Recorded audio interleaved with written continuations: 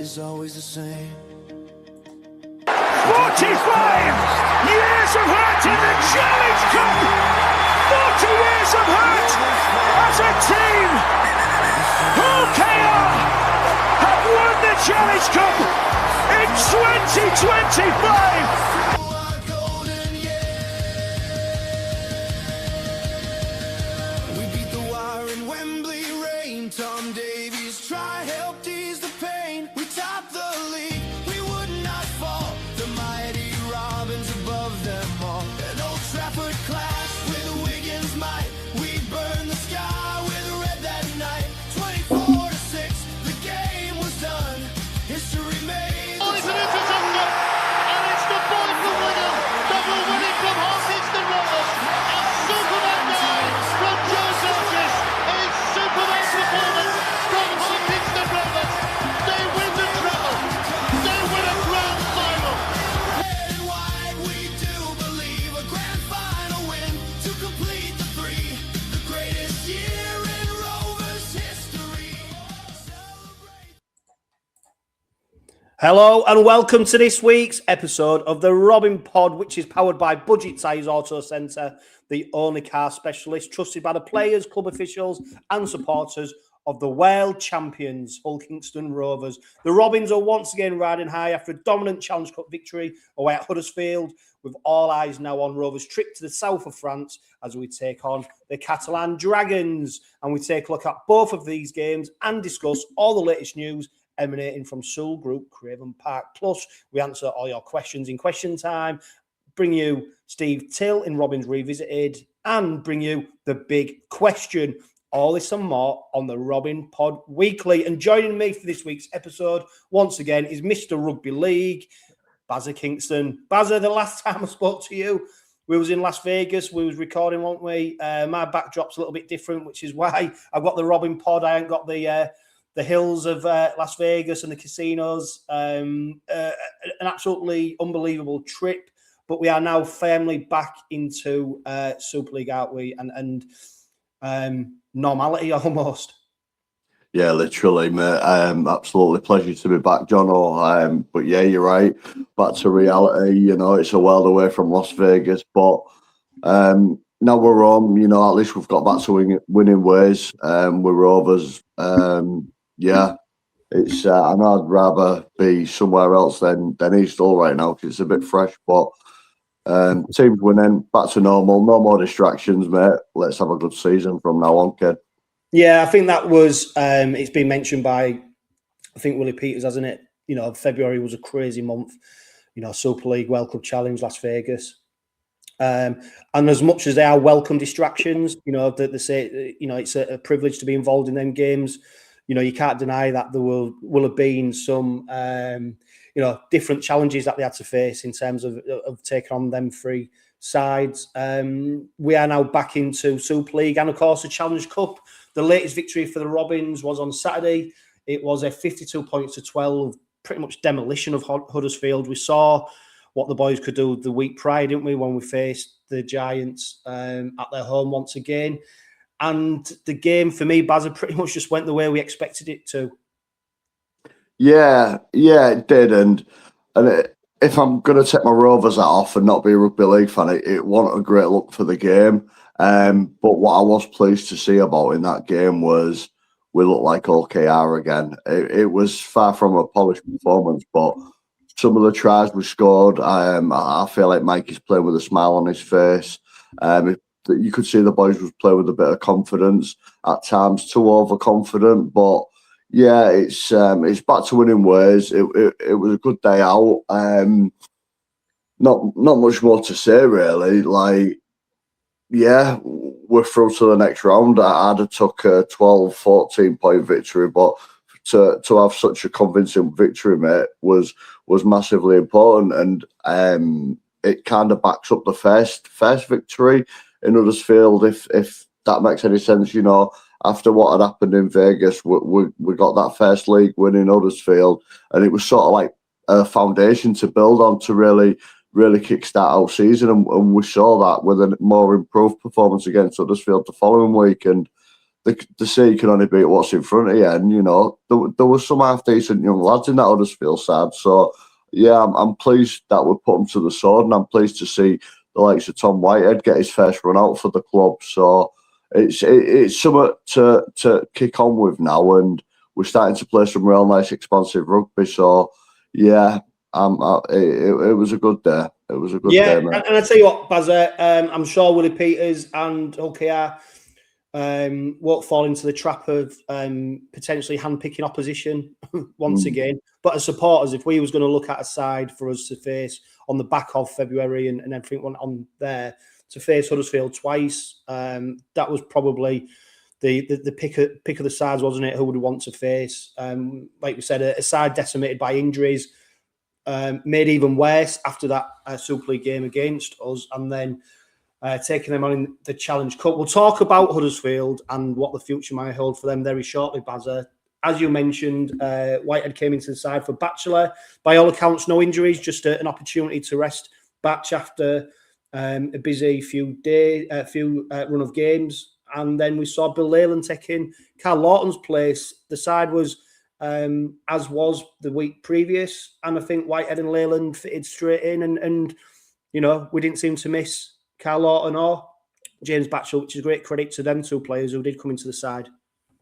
Yeah, I was more impressed and more happy for Bill Leyland, because there's been a lot of talk of Bill Leyland when we signed him, that he was a fantastic young prospect, and it just come off the back of that horrific injury in London. So last season we was only seeing Bill Leyland coming on doing 5-10 minutes just to give Jez Litton a little breather. So for him to see a complete full half and really hold his own and get a good try as well, it was really pleasing to see. So that'll do Bill Leyland's confidence the world of good, and it'll just put a little bit more trust in Willie Peters, knowing that he can call upon Bill and it will still do a very good job for us if Jez isn't on the field. So yeah, it was definitely welcome to see Bill do some decent minutes, and I'm expecting more of the same in Catalan, because Jez is an 80-minute hooker.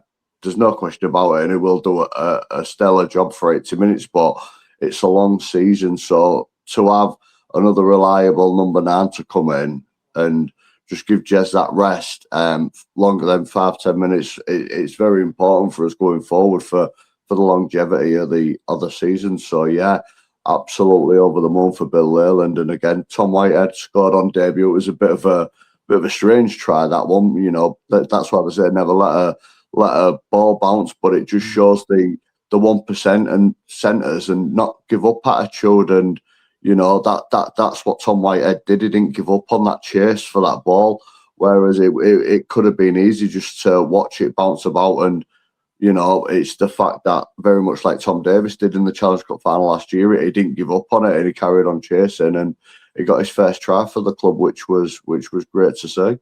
Yeah, by all accounts, Tom Whitehead was the standout performer in pre-season in terms of the new recruits. We're going to talk about it later on in the Robin Pod, Bazev. Of course, the news broke last night that Rhys Martins suffered a broken foot, which is going to keep him out the side for at least a month.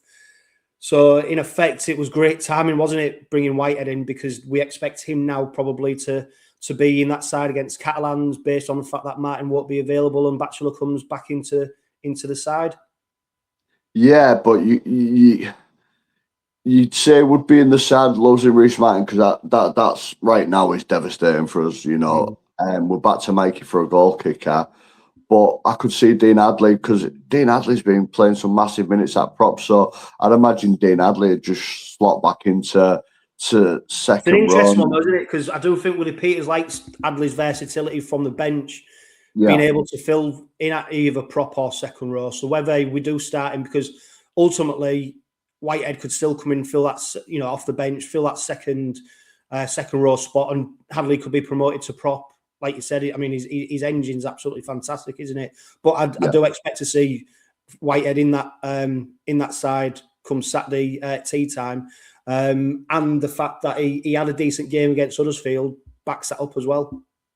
Well, it'll be a real test for Tom Whitehead if he does make the side, and fills in for Reece Martin because it's a bit stiffer opposition, bit of a bigger pack in the Catalans. So I think it'd be a true reflection of where Tom Whitehead's at. But again, we'll have to wait and see what happens because it could give opportunity for the likes of Jack Brown to make his first appearance of the season. But stranger things have happened. But if Tom Whitehead is in the side, then it'll be great to see for Tom as well.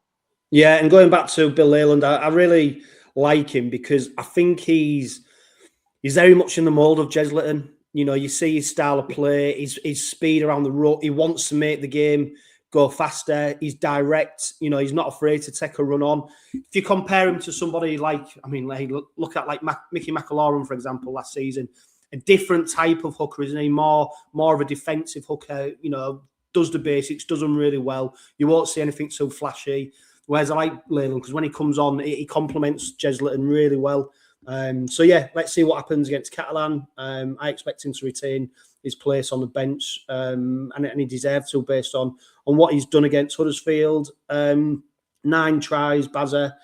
It was pretty much a procession, wasn't it? And we was almost scoring at will. You know, as good as Huddersfield was in terms of, you know, having a little bit of resilience and valiance. You know, they did have, you know, some really bad moments in defence where we cut through them. And I say bad moments. There was bad moments because we put them on the back foot. You know, the speed of our attack, that's what we love to see from the Robins, isn't it? Don't get me wrong, Willie Peters has got a game style where it's all about keeping it tight and not conceding possession and making sure that the defensive effort is really on top. But there's nothing better than seeing the Robins in full flow, and we saw that against Huddersfield. Yeah, and that's what we did though. The way we threw the ball about was dominant, was fast in attack. But what also I was impressed with was the amount of rotation we had in our squad, and you know the performance was still to a very, very good standard. I thought Mikey Lewis got a great try again, great individual try, and even Reece Martin. Did you even think Reece Martin was that fast when he was running away with the ball? I was shocked as to how fast Reece Martin was, but no, we scored some really good tries, some great individual efforts off the back of at times some poor defending. I think one thing Willie Peters will be disappointed with, which I picked up on, is how easily we got beat through the middle when Huddersfield did score. And granted, it was a very, very good try, but I just feel like we've always been so tight and so dominant in the middle. And in 2026, we've been a little bit leaky in the middle, and we saw that again on Saturday. So you know, it's more to work on, but overall, it was a great team effort. And in the second half, I know we was a little bit quiet in that last 20, but when you take in the likes of like Jez off at half time, and we took Mikey Lewis off with about 10-15 minutes to go, there's always going to be disruption the way we rotated the side, but you felt there was trying new things with the offloads and, you know, at times a couple of wild passes, but overall it was just great to see the boys look happy again, look comfortable with each other. So it's just going to bode as well going forward.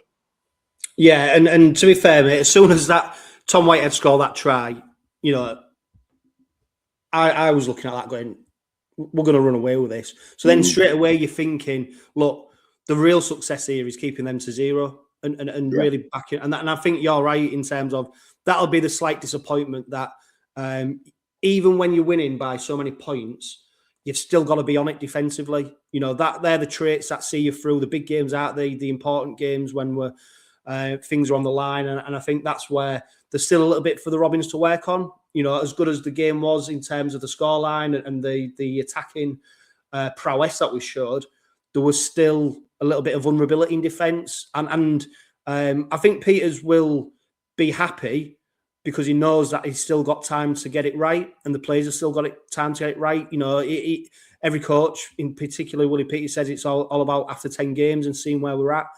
There is room for improvement in this side, and what's, you know, let's not be daft, Baz. Nothing's won now, is it? Nothing's won in March, April.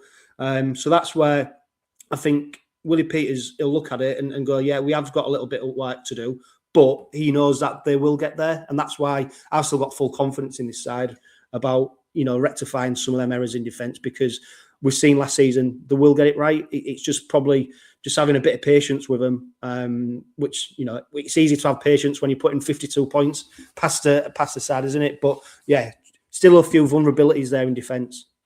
Yeah, there is, and it just shows what confidence Willie Peters does have in our side, because after what happened in Las Vegas, it gave them players the opportunity to put things right, and they are slowly building on it. They are slowly, as daft as it sounds, to building trust in the coach again after what happened in Las Vegas. So there is a lot to work on, and we have got some new signings, as in like Tom Amon. I mean, he was my little unsung hero on Saturday. Some of the meters he made post contact was outstanding, but nothing's ever perfect under Willie Peters.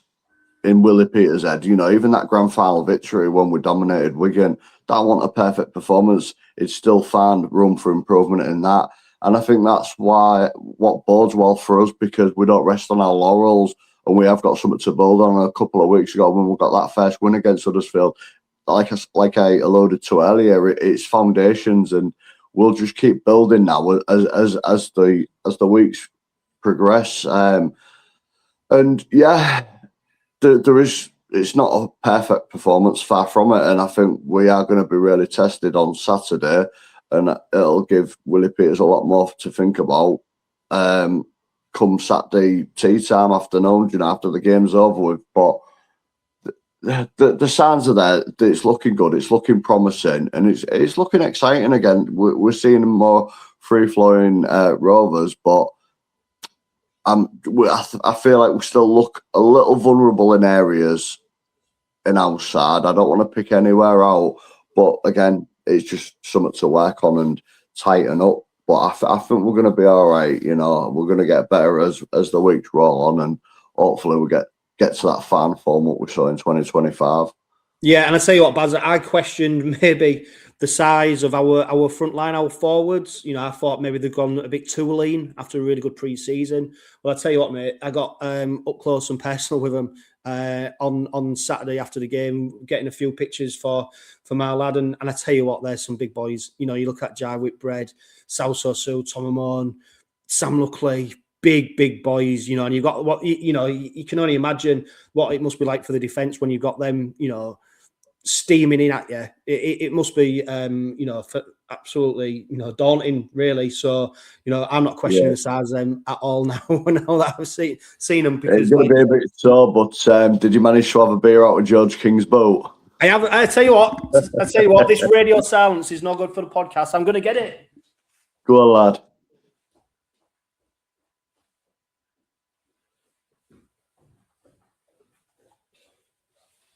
There we go. So for the benefit of people listening on the podcast, I'm now holding up one of George King's stinky boots from Saturday. It's his left boot. It's a size 12. It's still got the mud on from the stadium, from the pitch. And to be fair to George, I think he was with his family or anything, and then as he walked past, I just said to him, thanks for what you did at your time with the Robins. You'll always be remembered for your contribution and the way you led the line. And then he just said to the two lads I was with, "Oh, do you want my boots?" And of course they were like kids in a sweet shop. They went, yeah, definitely. So he handed them over, and he just said, "Oh, no, I appreciate what you said." Now I've got the dilemma of what do I do with George King's boots. Oh, it's a bit of memory, End of the day, George King, it was a great servant to Rovers, and he was there when we was in a bit of a dark time, bit of a sticky spot, and he still led by example in our middle. And it was just unfortunate for George that we progressed. I'll tell you what, as well, Bazza, I just reeled off, Jesse Sue, Jai Whitbread, Dean Hadley, Tom Amon, Sam Luckley. George King was pretty much carrying that pack on his own when he was with the Robins. He had Matty Staunton with him as well, but there wasn't a lot else with him at that time, was there? So it was difficult for him, and he did do a good job. And like I said, he's not a player that anyone can have a bad word against, because when he did play for Rovers, he did his best, didn't he, at a challenging time. So players who did do the best, I thought the try of the game maybe was Jack Broadbent. I thought it was absolutely brilliant. He's fitted into the fullback slot really well, hasn't he? One player who's been questioned a little bit more in terms of his defensive efforts was Pet Hiku, and I thought he was back to his best. He was like a bulldozer out on that wing, wasn't he? And he carried such an attacking threat. So it was great to see him back. And generally, like you said, Mikey Lewis, just seeing him in full flight, he looked like you said, playing with a smile on his face. You know, he wasn't afraid to take on the line, and seeing him in full flight and seeing him happy, that's when we see the best of Mikey Lewis. And hopefully, you know, this is the start of some really good form now, because when he's on song, you know, he's absolutely formidable, and he's really hard to stop. You don't know. It's really hard for the defence to guess, isn't it, whether he's gonna slide rule a pass, whether he's gonna chip it over, whether he's gonna run it himself. He's got a box of tricks, and I'm looking forward to seeing that full range of tricks now coming out, particularly hopefully against Catalans. Yeah, and that's what I go back to. Like, he's taking the ball on that first receiver, like running onto it like a prop would at times, and he's just really he's been electric the last couple of weeks, really elusive, and he's getting better. He is getting better, and I feel like the more he's settling down this season, the more he's letting the rugby do the talking.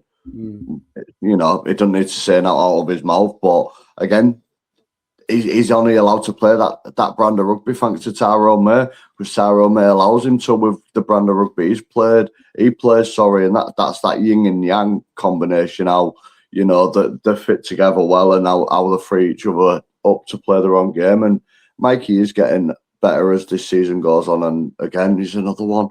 I'm really excited to see him. I won't count him out to be a contender for Man of Steel as the season progresses.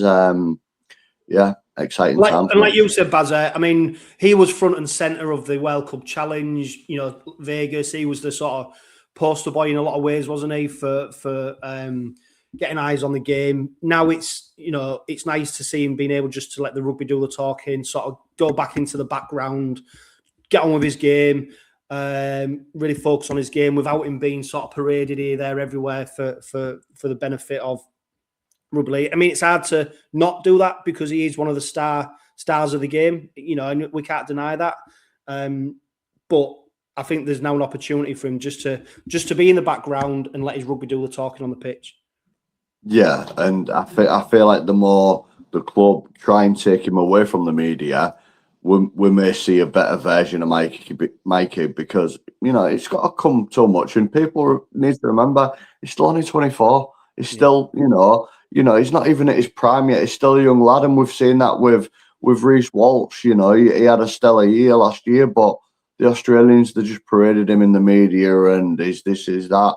And we're seeing the effects of that in 2026, because Reece Walsh has started the year absolutely horrible for Brisbane. So, you know, we just need to manage Mikey well when it comes to media days and things like that, and just let him live his life quietly. And when he's on the field, just let his rugby do the talking, because the brand of rugby he plays, not a lot compares to it. So yeah. I mean, we can't not talk about the game without mentioning what the game looked like from afar. So, you know, the crowd weren't announced on the day, but it's been revealed that the crowd was 2,736. So bear in mind, Rovers took 2,000. You know, you're looking at hundreds of Huddersfield fans in attendance. I sat in the home end just to get a better view, and I had my boys with me, so I thought it would be better. I expected it to be busy. I didn't expect to have a full block of seats to myself. And I was staggered at the attendance. And at the moment, Bazza, and you know, I'm not one of them where I'm saying we need to get rid of Huddersfield, because what I look at it as well is the human side. We're talking about people's jobs, people's careers, people's livings, you know, and there is a core of Huddersfield fans who love the club. There's no doubt about that. But Huddersfield seems to be in a hole right now that they can't get out of. Crowds are dwindling. Performances, the worst has probably been for a very long time. And there just don't look to be much of a future for Huddersfield in Huddersfield, let alone the fact that they're talking about moving them to Halifax, which, you know, you'd think could affect crowds even more. So it's a big problem, isn't it, in terms of what it looks like. and what it looks like as a spectacle when people are tuning in on TV or YouTube, as the game was on Saturday. But I don't know what to do with Huddersfield, because it feels like once Ken Davey pulls the plug and his money either runs out or it stops underwriting the Giants, there ain't much of a future for him. Yeah, and I right now I feel for the Huddersfield contingency. You know, I mean, they've had it all week from podcasts of people slating them, but I applaud the ones who actually turned up, because the club's in a hole. They're fighting a losing battle against the council when they are trying to make improvements. They are trying to make things right, and they're just getting doors shut in the face.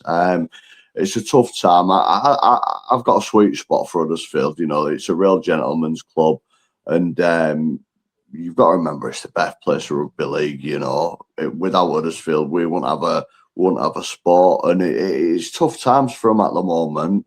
And you know, I tip my hat to the ones who turned up. I was also sat in the home end, and there was some really passionate fans around me. You know, who dearly love that club, and very much like all Kingston Rovers, how much we love our club when we was in tough times. So I can relate to them, but I just hope that they'll get a solution, whether it is Halifax or whether it is Dewsbury.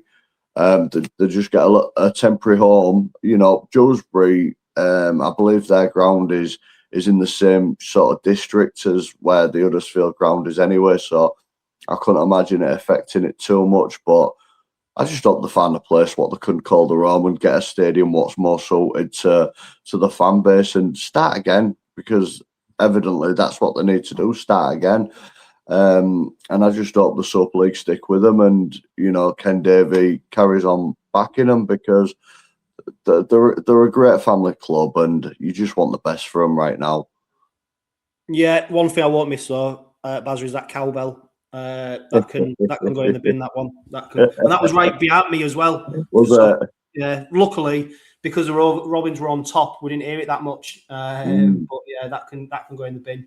Right, before we bring in Steve Till for Robins Revisited, and we talk about Catalans on Saturday night, Willie Peters' name is once again being mentioned down under. This time, James Graham and Luke Keary were talking about him on the back of Anthony Seibold, of course, former Robin.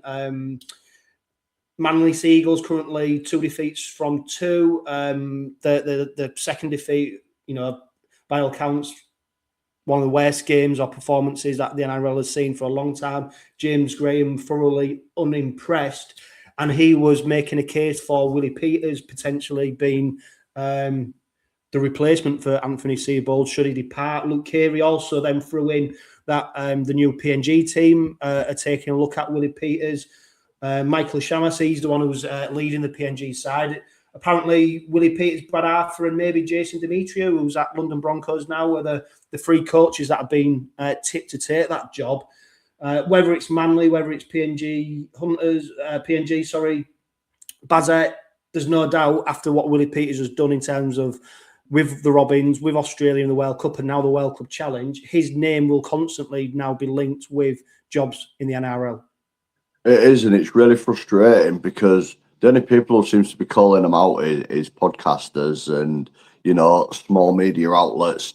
And I'm not worried about Willie going to PNG. I think that's Adrian Lamb's gig, if I'm going to be honest, because it's his native country, and he's always showed desire, him and his son, to go back to the NRL. So I couldn't imagine Willie Peters going there. But as for the Manly, I think this is what we're going to see now throughout the years, throughout this season, is we're going to see an Australian team lose a couple of games quite heavily, and all of a sudden it's, do you think Willie Peters should be a fit for this job to rescue the club, because they've had a string of bad results? And my opinion, I'm sorry, but I think Willie Peters is better than Manly. I think Willie Peters is more suited to a Rabbitohs, a Roosters, you know, a Melbourne Storm. I think Willie Peters is in the position where he can pick where he wants to go. And I think as well, we was talking just before we started recording this, Bazza, you know, Willie Peters is settled in East Yorkshire. He's got his family here. He's got his, you know, so he's got foundations at the moment that he won't want to rip up to move for the wrong job. So I do think it's a case, like you said, Bazza, that if it ever comes to Willie Peters leaving the Robins, which it ultimately will do, it will happen, it'll only be for the right job. I don't think he'll take a punt. I don't think Manley's the right fit for him, really. I think he's looking at some. So if you look at when he came to Rovers alongside Paul Lake, and he had an opportunity to shape the club and the team how he wanted it. You know, he had a great opportunity. I dare say that he probably was afforded some luxuries that maybe other coaches wouldn't have been afforded. Obviously, we're reaping the benefits of that now. And that's why I see the PNG role maybe more of a better fit, because you're talking about a new franchise. And this is an opportunity for a head coach to go in and really put his stamp on that side. I don't like putting him forward for jobs. I want him to stay here for as long as he wants to be here, because he's given us, and lots of other Rovers fans, the happiest times of our lives. He's given us experiences that we never thought would either see again or would ever experience in the first place. So, you know, he will go down as an ultimate Hull Kingston Rovers legend. But we have to be realistic as well. You know, because he's doing well, there's going to be that link. And what worries me more as well is with the new NRL franchises, Bazza, is the effect that it has on potentially players from the Super League departing and going to the NRL. And we've seen that already with Perth. And I don't know what it is with Leeds players, because I don't think Leeds are that great, but they seem to be focusing on them. But if Willie Peters did leave, for example, you know, then there would be question marks of potentially are some of these Rovers players going to be departing. Jez Litton was another player linked with the NRL only this week.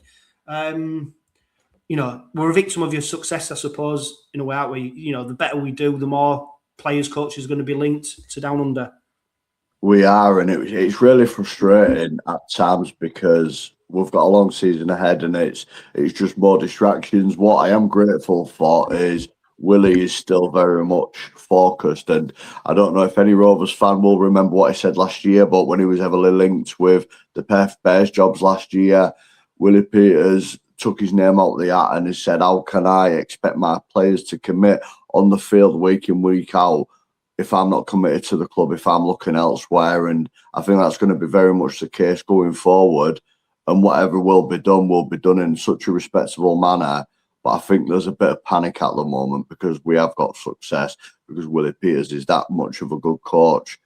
People are going to sound him out, but I'm confident, and that whatever decision it'll make, whether it's this year, next year, or the year after, it'll be done in a respectful manner where it'll be seamless, where it won't affect our players, it won't affect our club. So personally, I'm not worried. As for Jez Litton, I was absolutely furious because we saw last year he had the NRL clause took out of his contracts. He got an improved deal.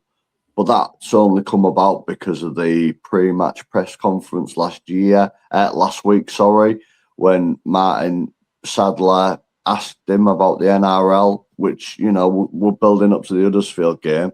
All the interviewers was respectful, speaking about the up-and-coming previous Huddersfield game, and Martin Sadler just went in and asked him about NRL, would he be interested?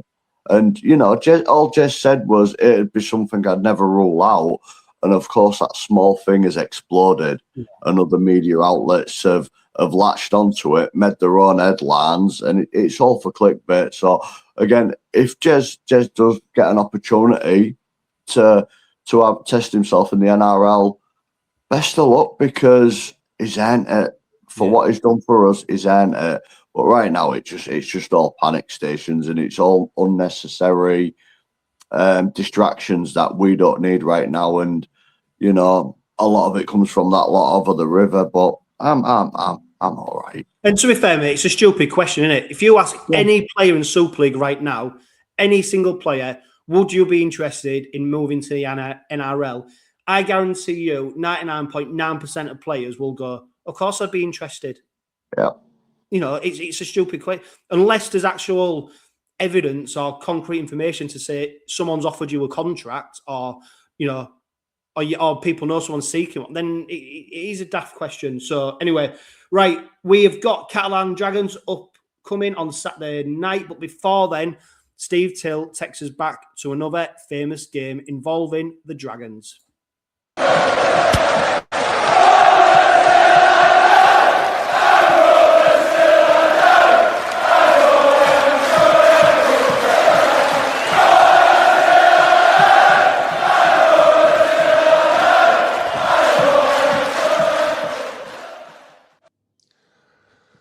Thanks, Chris. I'd like to go back 13 years to a match against Catalans, which was actually played in Toulouse for some reason. And that was Catalans against Rovers in front of a crowd of 12,000 people at the Ernest Walloon Stadium. Good number of those people were from Hull. There was at least 1,500 fans there that came over from Hull. And it was a remarkable game. Topsy-turvy, swung each way. One Catalans took the lead, then Rovers came back, and then the game was backwards and forwards. Played on a hot, sunny evening. Kick-off at 6 p.m, but the temperature was pretty high. And the two teams were fairly strong. Catalans included such as Morgan Ascari, Daryl Millard. Leon Price was the halfback, the standoff with Thomas Bosk, the scrum half. And Steve Menzies, the ex-Manly and Australian star who did a spell at Catalan, was in the team, as was Kevin Leroyer, who joined Rovers soon after. Rovers had people such as Greg Eden at fullback, and what a game he had. Sean Gleeson was one of the centres, Dave Hodgson on the wing. Michael Dobson skippered Rovers, and the pack had Payer, Josh Hodgson, Corey Patterson, and Con Nika were in the pack. So it was two fairly strong teams, and it was Catalans who took an early lead, courtesy of Vincent Dupont, who scored 2 tries for the Cats, and also Kevin Leroyer scored a try, and it was a landmark match for Greg Eden. Half-time it was 13-12. Thomas Bosker dropped a goal to add to the 2 conversions he'd made from one from Dupont, one from Leroyer.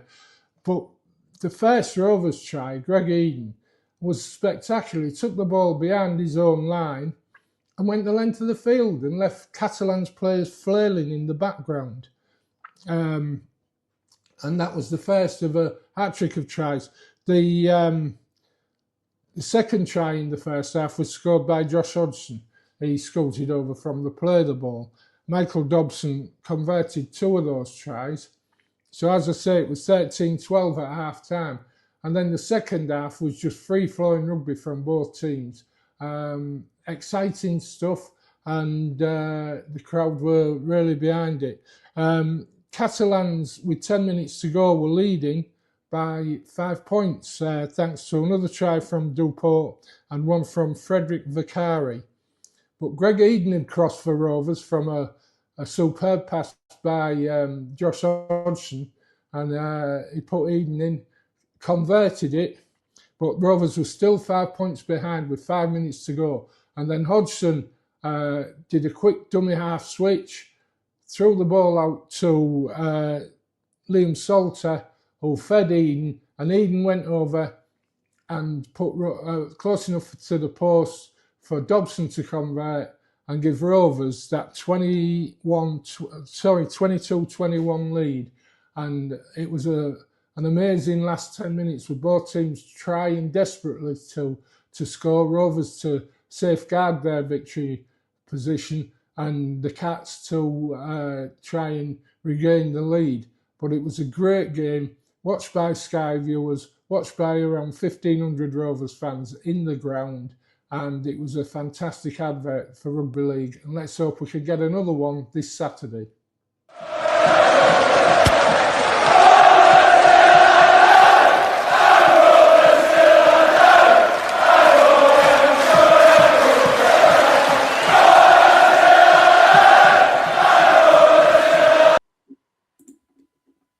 Okay, Bazza, so the Robins travel to Catalans. They're actually travelling today as we record this, which is Wednesday.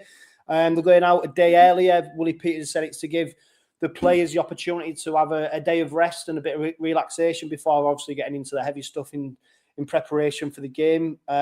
We've talked on the Robin Pod lots of times, particularly when we had a bit of a hoodoo over in Catalan, didn't we? Where, you know, we couldn't pick a result up, and we tried all different methods of travel and flying in on the day, all sorts. So they've gone with this method now, so hopefully that will bear fruits. And it's the Catalan side, Bazza, that is new look, isn't it? We've got Joe Tompkins heading the side up, assisted by Mitchell Pearson, of course, former Robin, Mickey McAlorum. They ripped up the squad last year, didn't they? And it's they've got this new look side now. I'm not sure what to expect, Bazza. The 2 from 4 in terms of victories. They beat the Giants on the opening day. Then they travelled to Bradford and lost to them. They lost at home to St Helens quite heavily. And then more recently, they beat the Lee Leopards at their place. I don't know, Bazza. I don't know what to expect from them on Saturday night. I don't, and the dangerous part of it is the likes of Charlie Staines, Lewis Dodd and Toby Sexton, you know, they're the heart of their span. That's where the real threat lies with Catalan. But they've looked a bit clunky, and they've got quite a few people out, and more noticeably Tommy Makinson, you know, is quite pivotal for them on the wing. So it'll be interesting to see if former Robin PLT gets a crack against us, which will be an interesting matchup, because I dare say he'll have a point to prove. You know, as to Rovers shouldn't have let him go, but it's a tricky one because they've looked a bit clunky, Catalan, but we've never travelled great across there in recent years. But like you've just alluded to, we got that monkey off our back last season, and I feel like we're in a phase of our season where we're trying to kick on and we're going to progress. And you know, we've built off them to Huddersfield victories, so I'd expect us to kick on. It's going to be a tight game. I'm going to back the boys 100%, and I don't think we've got enough there to do a job. But it is the unknown. I think we'll be working a lot on our defence, and I don't think man for man across the park we do, without sounding arrogant, we do have the better side, we do have the better pack. So it'll be a good day Saturday. It's just all about how we travel, because we've looked in absolutely fan form before. We've gone across there and we just couldn't quite get over the line. But I think we're a different side now. You know, like you've just said, we're world champions, and we're downing out on that for a little bit. And I don't think we'll go over there and we'll make a good case for ourselves and we'll get over the line. But Catalan are dangerous, and if we are switched on, we can get punished. Yeah, and there's no doubt whatsoever that the Robins now are accustomed to travelling, and you know, preparations being a little bit different to what it may be for a typical Super League game. So they've got there's no doubt whatsoever, is there, that travelling over to Catalan, you know, shouldn't affect them. I've just looked at the weather. They're expecting 17, 18 degrees on a nice sunny day, which may play into the hands of the Robins, because like we saw against Huddersfield, you know, once they get onto a hard track and they get the sun on the backs, you know, they really do like to start chucking the ball about and showing their attacking flair. It ain't going to be easy, is it? Because like you said, you know, although they've got some players injured and missing, they've recruited a little bit differently to what they normally do, so they look a little bit more solid. That said, you know, when you look at who they have beat, they've beaten Huddersfield, they beat Lee, who were indifferent, Huddersfield, who have been pretty much terrible. They've lost to Bradford. And then when they have played someone who's, you know, got a little bit of calibre, St Helens have been put to the sword, haven't they? So, you know, very rarely do I tip Rovers when they go over to Catalans. But I think this time, you know, I'm pretty confident we're going to come away with the 2 points, based on the fact also that we've got players who are trying to prove a point. You've got Bill Leyland, obviously staking a claim. He wants to be the reserve hooker even when Carl Lawton's back. We've got obviously Jack Broadbent playing at fullback. He wants to make that position his own. We've also potentially got Tom Whitehead coming into the side. So there's hungry players there, isn't there? Players, and we've got the tried and tested as well.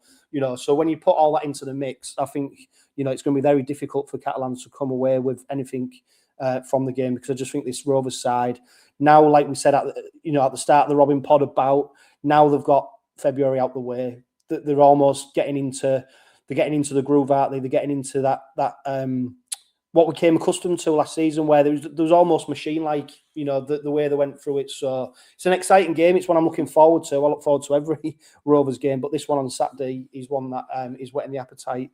And like I said, there's probably only one player in the Catalan side who's got a real point to prove against Rovers, and that's PLT, isn't it? You know, he didn't if we're honest, he didn't have the best of careers at the Robins. He showed promise, but ultimately he played his best rugby, went out on loan, and he was never able to stake a claim for that starting spot. Interestingly, though, he is doing pretty all right for them at the moment. He is out on that wing, but I don't think Rovers will exploit that a lot heavily in that game. If PLT's starting on the wing, and I don't want to put any disrespect on him, but he's not the biggest of wingers, he's not the tallest of wingers, and I think Rovers will go to his side every time. But no, I think what you've just said is summed up really well. You know, it's always nervy for us going to Catalan, but if you want to go on form and like what Catalan have done so far this year, you have to back Rovers, and yeah, it'll be a good game. And what I'm pleased about what you've just said, it's only 18 degrees, because when it is super hot over there, we are slower and we do struggle in that intense heat. What we saw in, I think it was 2024.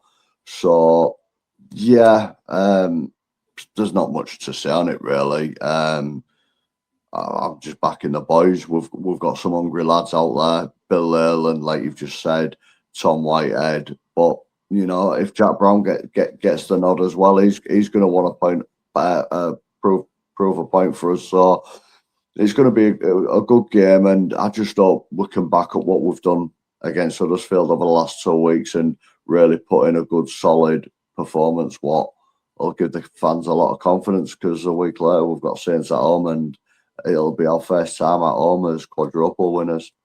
I know it seems ages since we've been at Craven Park, doesn't it? I mean, it's crazy, really. You know, and what was good as well is the club announced, I think yesterday, that we are 10,000 strong in terms of membership, which is an unbelievable number, isn't it, in terms of the backing and the desire and the want to see the Robins. And of course, now with the South Stand, temporary South Stand being made a permanent fixture for this season, there is still opportunity for people to go watch them, which is fantastic. We need to grow the fan base.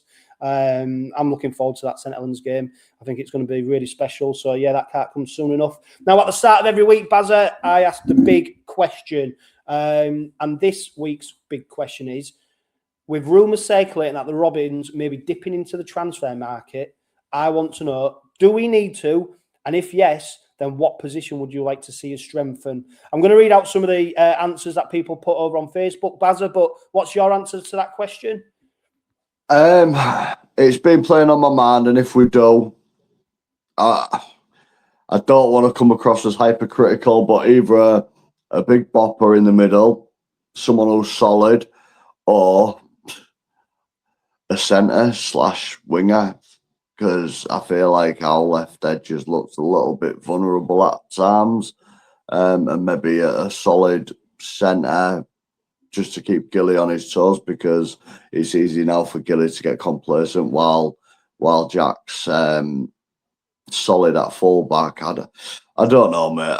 If I will be a big bopper in the middle, or somebody to fill in at centre if need be. Yeah, some of the other comments, Joe Davison, he's just recently commented, Arthur Morg's still injured and don't know about Jack Charles, and however, now confirmed Reece is out for a month, so potentially there's an opportunity there. Costa Blanca transfers, he says 2 or 3 Marcus Evos, please. I don't think there's too many of them about at the moment. Sean Michael, he says a big mobile prop, was also an enforcer. The pack has lost its grunt, I suppose, if you look back to last season when we had Jared Warrer-Hargreaves.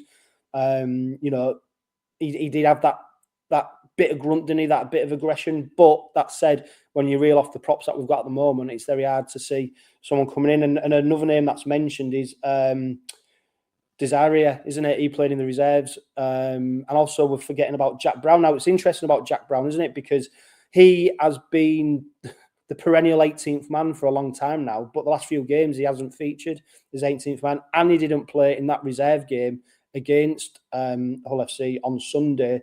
So obviously people are probably putting 2 and 2 together and coming up with 5. But that said, you know, there's rumours circulating that he's potentially signed for Castleford next season.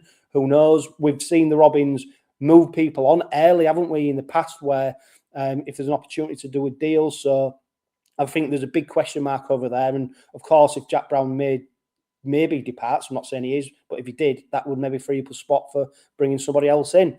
David Johnson, he makes a good point. I think the real question is, do we have the cap space?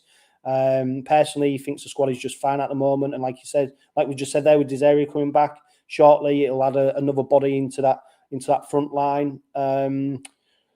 Julie Rodman, she makes the same point. Do we need anyone? Particularly with Jordan Desiree coming back. Stephen Overton, he says, I'd like to see an impact forward. Our pack is good, but just feel like we lack someone who can punch holes. He mentions there Tanganoa about somebody like that. Unfortunately, there's not that many players out there, is there? That's the other thing as well. Ginger Johnny says another powerhouse. Roger Wilkinson along the same theme, a big hungry forward with no injury history. English with a bit of youth left in him. God, you don't want much there, Roger. Playing fantasy rugby league there. Duck Pond Davis says big centre and a big second rower. Martin Daddy, big impact prop or someone with genuine pace. I mean, to be fair, we sometimes look like a side that doesn't have that much pace. But if you watch us against Huddersfield, we look like we had a pace in abundance, didn't we? We had strike from all over. And like you mentioned, Baz, or even Reece Martin stepping up to the fore like an 100-metre sprinter. Yeah, and listening to a lot of them, they do make a lot of sense. And just thinking about that question again, I think what we could do with is someone like a Jared, not necessarily Jared, but with that gritty winning mentality when we are on the back foot to drag us forward. So that sort of caliber of player with that experience, because I don't feel like if we ever end up on the back foot, do we have the personnel and like the leaders in that group to really drag us forward and get us through that game? You know, maybe that's it's a great point. It's a great point, and you know, time will tell whether we need that type of player. But there'll be times, in games throughout the course of the season where things won't be going our way. So let's see how that pans out. And Joe Davison makes a good point, particularly now in light of Reece Martin's injury. We need a backup specialist kicker. Mikey is good for backing Reece Martin, but what happens if they are both injured? We can't wait for Artemog to come back. I mean, it is a point. No. It looks like Mikey will go back to kicking duties, but I mean, I suppose, you know, Reece Martin, Artemog, Mikey Lewis, how many kickers can you have really? Yeah. Well, that's it. And if we panic and go out and buy somebody else or sign somebody else just for the kicking, what you got to think about is the longevity. Then we're going to have 3 recognised kickers all wanting a spot, and it's in the long term it'll just cause more disruption. So I trust Mikey in what he does. He's a decent kicker. He's a confident kicker. Bloody hell, he brought us a Challenge Cup home, you know. So yeah, I wouldn't sign anyone just for the kicking abilities. No chance. I was going to say, I think sometimes we're a bit quick to forget that Mikey Lewis kick, aren't we? You know, the pressure, the skill level, what it means, the gravitas. You know, if you've got someone who can kick under them conditions, with what was riding on it, you know, for me, they're my backup kicker. I think there's sometimes people look at it though, does it distract from his playing, you know, his playing duties? But I think he's a player now who it's what yeah, I don't think he Yeah, no, but excellent. Okay, mate. Well, that brings us to question time. So, questions we've got: James Perlin, Robin Pod regular, Ryan Hampshire. Yay or nay? Would be decent backup, but it does add fuel to the broadbenters and happy rumours, which I'm taking to be more to do with shit staring. John Cartwright was asked one day apparently about Jack Broadbent and the potential for him to sign for that lot, because he's apparently unhappy in Eastall at the moment. Nothing else has been mentioned about that, so I think James is probably right about a bit of shit staring. It was interesting though, wasn't it, Bazza, to see Ryan Hampshire, the mercurial Ryan Hampshire, line up for the Robins in the reserves against the Black and Whites on Sunday. Yeah, well, going to James's question, I heard that as well, but it's from an LFC fan who's got himself into the press box at LFC. So I think he was just there with his wooden spoon out because whispers have started. I'll be open and honest with you all. I did hear that there was a bit of unrest and whatnot. I won't go into detail, but I wasn't 100% sure on the source.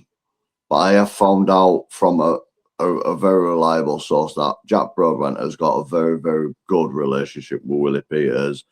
and it is a lot of, as James said, shit, basically. And So on that basis, I was going to say, Baz, on that basis, there's probably more chance of Ryan Hampshire signing for that lot than there is Jack Broadbent. yeah, and onto the Ryan Hampshire thing, I think it's a smart move. I think it's a really, really smart move.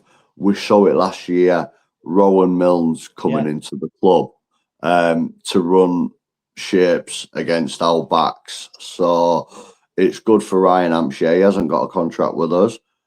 It gets Ryan Hampshire fit. It gives Ryan Hampshire an opportunity to find himself a club, which is unbelievable that he hasn't got one. But the fact he's using our training facilities and training with us to help progress Jack Broadbent, it's a clever move. I can't see Ryan Hampshire getting a contract with us. If we did give him a pay-as-you-play deal, would I be upset? No, it's a pay-as-you-play deal, just in case the worst happens. But no, right now it's a bit like cheap labour, isn't it? You know, bringing someone in to help out your squad. So I'm comfortable with that. So I think it's not bad club. The only scenario you can come up with is, say, Jack Broadbent goes down on Saturday. You know, he's got a month layoff, 2 month layoff, and then all of a sudden, then you're starting to go, well, who will fill in at full back? So, you know, like you said, he's training with us. He's got a great opportunity to earn a contract with somebody else. Also, he's adding value to us in terms of training and being able to be that full back in training, which we need. So it's a smart move all around. We'll see how that plays out. Matt Brady says, if we accept the NRL takeover, they want the league to reduce to 10 teams as we're looking to evolve the game, and 14 teams is working. Do you think this is a step back? Also, they're looking at merging teams in close proximity. I think the rumour is, what is it, a £250 million investment and taking control. And it's still fantasy talk, isn't it? Because nothing's actually, you know, well, I remember probably talking to you on the Robin Pod last season when we was talking about the NRL and their involvement, and potentially nothing really seems to have happened. There was big talk, wasn't there, while we were out in Las Vegas about the NRL and Super League. And look, it's one of them. Until it happens, it's hard to have an opinion on it. Do I want the investment? Of course I do. But, you know, we're playing fantasy rugby league at the moment with all this chitter chat.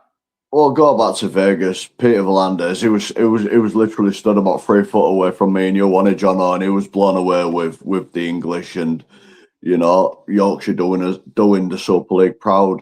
It will happen. It will happen, and there is talks. I don't expect to hear something over the coming weeks because they've got to announce Vegas for next year.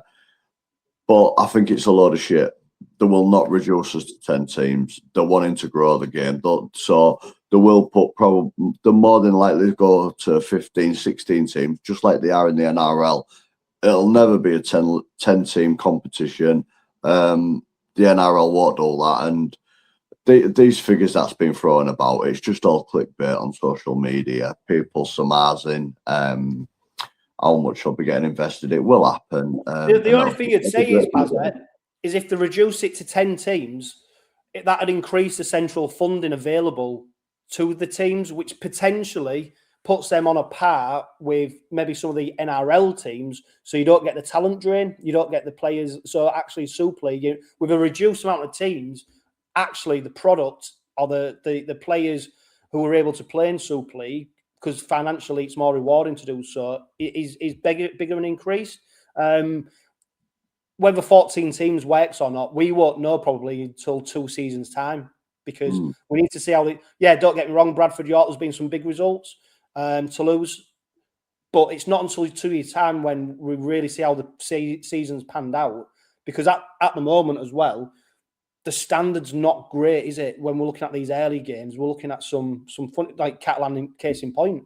You know, we're not quite sure. So, hey, we'll see what we make. We'll see. I mean, I did try to shout over to Peter V'landys, never mind investing in Super League. You want to get on board with the Robins. They're the team. You know, I mean, we could be the next NRL franchise. That's where we want to be heading. Yeah, but it'd be nice. But no, I genuinely and on that can't see him reducing it to 10 teams. I really can't. With the figures that's been thrown about, you know, we've got to negotiate a new TV deal. So, you know, it's all right reducing it to 10 teams and getting a bigger slice of the pie, but you know, you've got to trust whoever runs your club that they don't piss it up the wall. So No, I think we'll keep it at 14, potentially grow it, but you know, everyone's just surmising at the moment.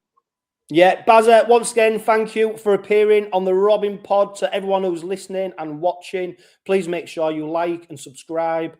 Add your comments if you watch on YouTube down in the comment section. Don't forget the Robin Pod's powered by Budget Tyres Autocentre, the only car specialist trusted by the players, club officials and supporters of the world champions, Hull Kingston Rovers.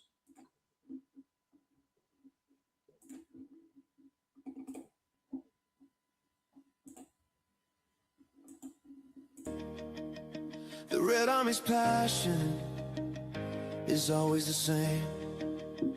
45 years of hurt in the Challenge Cup. 40 years of hurt as a team. Hull KR have won the Challenge Cup in 2025.